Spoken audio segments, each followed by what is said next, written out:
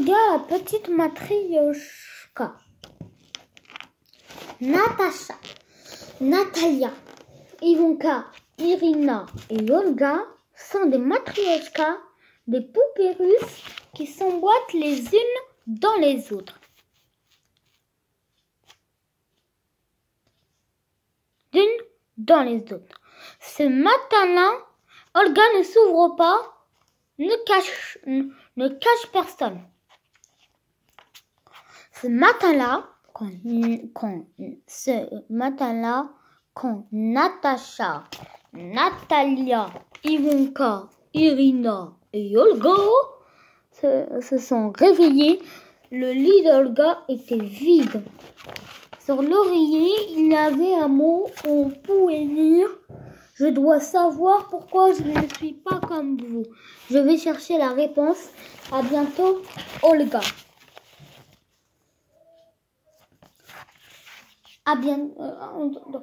Quand Olga était sortie de la maison, il faisait nuit. C'était pour la première fois qu'elle se retrouvait sans ses sœurs. Olga marcha longtemps et finit par s'endormir, épuisée.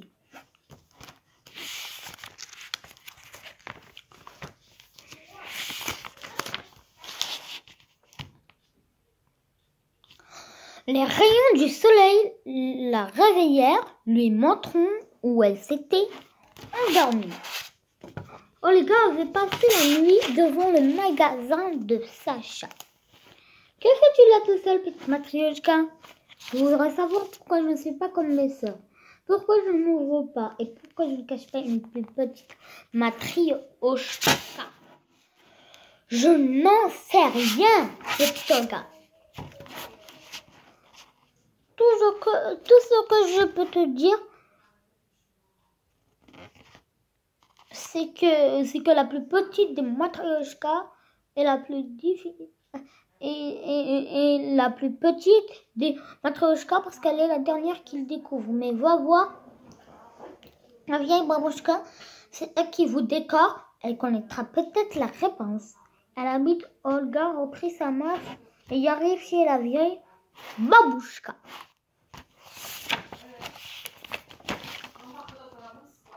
Des motifs colorés ornaient la façade de sa maison.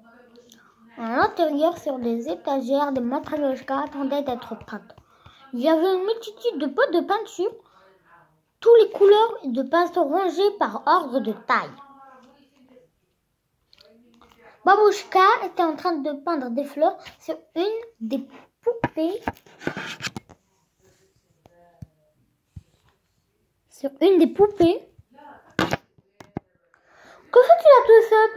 Que fais-tu là tout seul, petite matrioshka? Je voudrais savoir pourquoi je ne suis pas comme mes sœurs. Pourquoi je ne m'ouvre pas et pourquoi je ne me cache pas, petite matrioshka? Je n'en sais rien, petite Olga. Tout ce que je peux te dire, c'est que la plus petite des matrioshkas est la plus difficile à découvrir. Elle demande un travail très précis et très minutieux. Mais va voir Dimitri le menuisier. Il aura peut-être la réponse. Il habite le village à côté. La maison du menuisier était facile à repérer. Du bois était entassé et elle sentait bon la cire. Dimitri venait de terminer une poupée. Que fais-tu là tout seul, petit matrioshka? Demanda-t-il. Je voudrais savoir pourquoi je ne suis pas comme mes sœurs. Pourquoi je ne m'ouvre pas et pourquoi je ne cache pas une plus petite matrioshka. Je n'en sais rien, petite Olga. Tout ce que je peux te dire, c'est que je passe beaucoup de temps à fabriquer la plus petite des matrioshkas. Mais demande à Igor le bûcheron. Il aura peut-être la réponse. Il vit là-bas à l'orée de la forêt.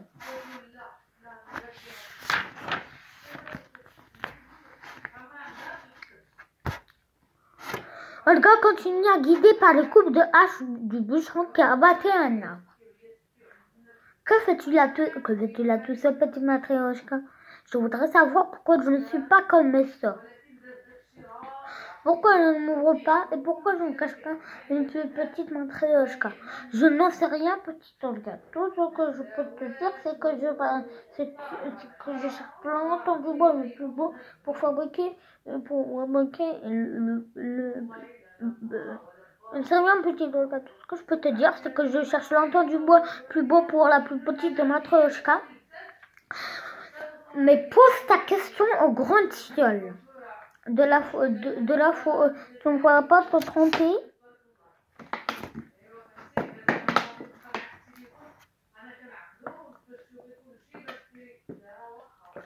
Pardon, maman.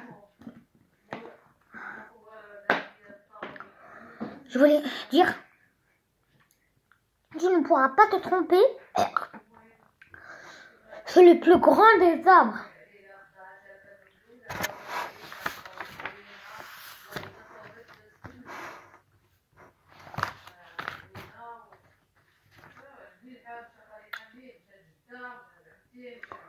Olga traversa la forêt jusqu'au grand tilleul. Il était si haut qu'elle ne voyait pas la cime. L'arbre se pencha. Que fais-tu là tout seul, petit Matryoshka? Je voudrais savoir pourquoi je ne suis pas comme mes sœurs. Pourquoi je m'ouvre pas et pourquoi je ne cache pas une petite Matryoshka? Le grand tilleul se pencha un peu plus et murmura juste pour Olga. Quand Igor le bûcheron vient chercher du bois pour le menuisier, choisit le plus beau des tilleuls.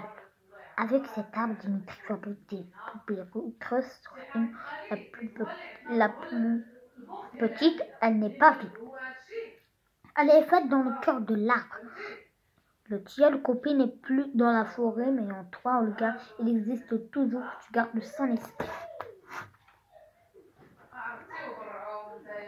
Non.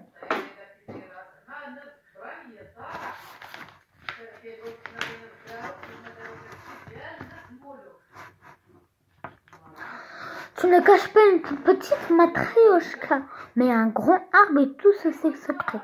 Prends-en bien soin maintenant, petite Olga. Va vite trouver tes sœurs Alexandra pour te protéger et en nom de plus, tu es aussi important que les autres. Assurée par les paroles de l'arbre, Olga rentra alors chez elle. Ses sœurs folles d'inquiétude l'accueillirent avec joie en lui faisant promettre de ne plus jamais les abandonner, car elles avaient besoin d'elle. Depuis ce jour, la petite Matryoshka n'est plus malheureuse, car même si elle n'est pas comme ses sœurs, elle sait que sa différence est belle. Voilà, j'espère que cette histoire vous a plu. Si ça vous a plu, refaites une autre avec vous-même, soit une autre histoire de Matryoshka, soit Olga ou soit Baba Yaga, ou votre histoire que vous avez. Allez, au revoir.